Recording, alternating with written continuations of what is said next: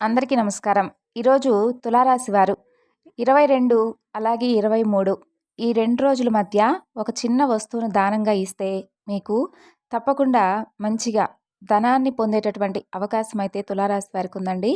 అలాగే తులారాశి వారు చేసేటటువంటి ఆ దానం ఏమిటి? అలాగే ఏ దానం చేయడం వలన వారికి ధన సమృద్ధి కలుగుతుంది? ఆ విషయాలన్నీ కూడా ఈరోజు వీడియోలో తెలుసుకుందాం.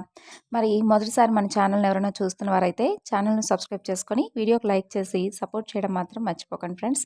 ఇక తులారాశి వారు ఏ దానం చేస్తే వారికి 4 వైపులా ధనం దూసుకురావడం వలన వారు పొందేటటువంటి ధన సమృద్ధి ఏ విధంగా ఉండబోతుందో ఈరోజు మనం పూర్తిగా తెలుసుకుందాం. వీడియోని స్కిప్ చేయకుండా చూడండి. అప్పుడే మీకు విషయం అంతా కూడా అర్థమవుతుంది. తులారాశి వారికి సోమవారం నాడు ఈ యొక్క వస్తువును దానంగా ఇవ్వడం వలన పరమేశ్వరుని యొక్క అనుగ్రహం మీపై సంపూర్ణంగా ఉంటుంది అని చెప్పుకోవచ్చు. మరి తులారాశి వారు ఏ వస్తువును దానం చేయాలి, అలాగే వారు పాటించవలసినటువంటి చిన్న చిన్న పరిహారాలు, ఆ విషయాలన్నీ కూడా ఈరోజు మనం తెలుసుకుందాం. తులారాశి వాళ్ళంటే చాలా మంచి స్వభావాన్ని కలిగి ఉంటారండి. అలాగే వారి మనసు కావచ్చు, వారి ఆలోచనలు కావచ్చు, వారు ఉండేటటువంటి విధానం కావచ్చు, చక్కగా ఒక పద్ధతిగా ఉంటుందన్నమాట. వారి విధానం అంతా కూడా చూడటానికి చాలా ముచ్చటగా ఉంటారండి. అలాగే కాకుండా ఏంటంటే వీరికి కొంచెం కోపం ఎక్కువగా ఉంటుంది. కానీ కోపం ఏంటంటే అన్ని వేళలా ప్రదర్శించరు. ఎప్పుడైనా కానీ ఏదైనా కానీ అంటే జరగరానిదంటే జరిగితే అలాంటి సిచ్యువేషన్ జరిగినప్పుడు మాత్రమే వీరైతే కోపాన్ని ప్రదర్శిస్తూ ఉంటారు. కానీ చాలా మంచి మనసునైతే కలిగి ఉంటారు తులారాశి వారు. అయితే వీరు చెడిపోవాలి, వీరు బాగుపడకూడదు, ఇలాంటి అంటే ఎప్పుడూ కూడా ఈ విధంగా ఎవరిపైన కూడా వీరైతే అటువంటి ఆలోచనలు కూడా కలిగి ఉండరనమాట. చక్కగా అందరూ కూడా సంతోషంగా ఉండాలి, అందరూ బాగుండాలి అనే విధంగా తులారాశి వారు ఆలోచిస్తూ ఉంటారు. అలాగే వీరికి తోచినంత సహాయం ఎదుటి వ్యక్తులు చేస్తూ ఉంటారు. వారికి ఉన్నంత సహాయం అయితే వీరు తప్పకుండా ఏదో ఒక అంటే ఒక్కరికైనా ఉపయోగపడే విధంగా మంచి పనులు చేస్తూ ఉంటారనమాట. ఆ సహాయం మాత్రం ఖచ్చితంగా అయితే వీరి వలన వారికి ఉపయోగపడే విధంగా చేస్తూ ఉంటారు. అలాగే చిన్న వయసులోనే అంటే వీరికి ఇంటి బాధ్యతల పరంగా ఎక్కువగా అంటే బరువు బాధ్యతలు ఎక్కువైపోయి కొంచెం ఎక్కువగా తులారాశి వారు సఫర్ అవుతూ ఉంటారు. కొన్ని విధాలుగా ఏంటంటే గనక కుటుంబ భారం మొత్తం కూడా వీరి మీద పడి కొంచెం వీళ్ళు క్షీణించిపోతూ ఉండేటటువంటి అవకాశం కూడా ఉంది. అలాగే ఒక రకంగా చెప్పాలంటే అండి వీరికి ఇబ్బందులు కూడా అంటే ఎక్కువగా ఇబ్బందులు ఎదురవుతూ ఉంటాయన్నమాట. అంటే ఆరోగ్యపరంగా కావచ్చు, లేదంటే ఏదైనా వ్యాపార పరంగా కావచ్చు, లేదంటే ధనపరంగా కావచ్చు, ఎక్కువగా బాధపడేటటువంటి అవకాశాలే ఇప్పటి వరకు తులారాశి వారికి ఎదురయ్యాయి. అయితే వాళ్ళు ఫ్యామిలీ బాగుండాలని చెప్పి, ఫ్యామిలీలో మనం కూడా సంతోషంగా ఉండాలని చెప్పి, మేమందరం కూడా ఆనందంగా ఉండాలి అన్నట్లుగా ఉంటూ ఉంటారు ఈ తులారాశి వాళ్ళు. అలానే కాకుండా ఏదైనా జరిగితే వాళ్ళకే జరిగినట్లుగా ఫీల్ అయిపోతూ ఉంటారండి తులారాశి వారు. ఏదైనా బాధ అనిపిస్తే కూడా వారికే ఆ బాధ కలిగిందేమో అన్నట్లుగా ఎక్కువగా డిప్రెషన్‌కి వెళ్ళిపోతారనమాట. అంటే కొంచెం ఎమోషనల్‌గా చెప్పచ్చు. అంటే వీక్‌గా ఉంటారనమాట వీరు ఎమోషనల్ పరంగా. ప్రతి చిన్న విషయానికి కూడా కన్నీళ్లు కార్చుకుంటూ అంటే ఎదుటి వ్యక్తి యొక్క బాధను కూడా వీరి బాధగా తీసుకొని ఆలోచించే విధానం అలా ఉంటుందన్నమాట తులారాశి వాళ్ళది. అలాగే కొద్ది రోజులుగా ఏంటంటే ఈ తులారాశి వారికి కొన్ని సమస్యలైతే ఇబ్బంది కలిగించేలా ఉన్నాయి. అనారోగ్యానికి సంబంధించి కావచ్చు, లేదంటే వ్యాపార పరంగా కావచ్చు. ఈ విధంగా వీరికైతే కొన్ని ఇబ్బందులైతే ఎదురవుతున్నాయి.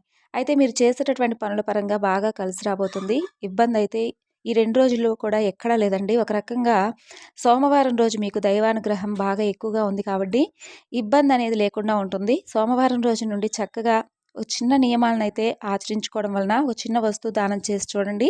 మీ సంపాదన చాలా ఎక్కువగా పెరుగుతుంది. అలాగే మీరు ఆశ్చర్యానికి గురయ్యే విధంగా మీకైతే చక్కగా ఒక మంచి అవకాశాన్ని పొందేటటువంటి మీకు భగవంతుని యొక్క అనుగ్రహం కలగబోతుందని చెప్పుకోవచ్చు. అలాగే గ్రహస్థితులు కూడా మారిపోయి మీ జాతకం కూడా బాగుంటుంది. ఈ 2 రోజులు ప్రతిరోజు కూడా అంటే గ్రహస్థితులు మారుతూ ఉంటాయన్నమాట. కాబట్టి ఒక్కరోజు ఒక్కో విధంగా ఉంటుంది కాబట్టి గ్రహాల బలం బాగుంటేనే కదా ఏదైనా కానీ మనకు అన్ని విధాలుగా గుడ్ న్యూస్ కానీ, బ్యాడ్ న్యూస్ కానీ ఉంటూ ఉంటాయి. ఇక రోజుల్లో ఏంటంటే గ్రహాల అనుకూలన బట్టే మనకి ఏదైనా కానీ జరిగేటటువంటి అవకాశం కూడా ఉంటుంది. మంచి వార్తలు కానీ, చెడు వార్తలు కాకుండా ఇలా కొన్ని విషయాలు కూడా జరిగేటటువంటి అవకాశం ఉంటుంది. మన జీవితాన్ని మన జాతకం అంటూ అంటే మన జీవితమే మన జాతకం అంటూ ఉంటాం కదండీ! ప్రతిరోజు కూడా మన జాతకం కావచ్చు, గ్రహస్థితులు కావచ్చు, ఈరోజు ఉన్నట్లు రేపు ఉండవు. కాబట్టి అసలు మనమే ఈరోజు ఉన్నట్లు రేపు ఉండం కాబట్టి గ్రహస్థితులు కూడా అంతే విధంగా మారుతూ ఉంటాయన్నమాట. అయితే మంచి సమయం ఈ 2 రోజులు కూడా మీకు అన్ని విధాలుగా కలిసొచ్చేటటువంటి సమయం. అలాగే ధన సమస్యలు కానీ, లేదంటే అప్పుల బాధలు కానీ, లేదంటే ఎవరి దగ్గరనైనా మీరు డబ్బులు తీసుకొని తిరిగి మీరు పొందకుండా ఇబ్బందులను ఎదుర్కొనేటటువంటి అవకాశాలు ఉన్నవారు కూడా ఈ 2 రోజులు మీకు అనుకూలిస్తాయని చెప్పుకోవచ్చు. అలాగే ఇక కొంతమంది శాపాల వలన, పాపాల వలన ఇలా మనకున్నటువంటి తలరాతను మనం ఎవరం కూడా మార్చుకోలేం కాబట్టి, గ్రహస్థితుల వలన అంటే కొన్ని గ్రహస్థితుల వలన తప్పకుండా మార్పుల వలన ఒకరికి బావుంటుంది, ఒకరికి బాగుండదు అని ఇలా జరుగుతూ ఉండేటటువంటి అవకాశాలుంటాయి కాబట్టి, మనకు మనం చిన్న చిన్న పరిహారాల ద్వారా మనం దైవానుగ్రహాన్ని పొందేటటువంటి అవకాశం ఎక్కువగా ఉంటుంది. అయితే ముఖ్యంగా మీరేం చేయాలంటే సోమవారం ఉదయం అంటే సూర్యోదయానికి ముందే నిద్రలేవండి.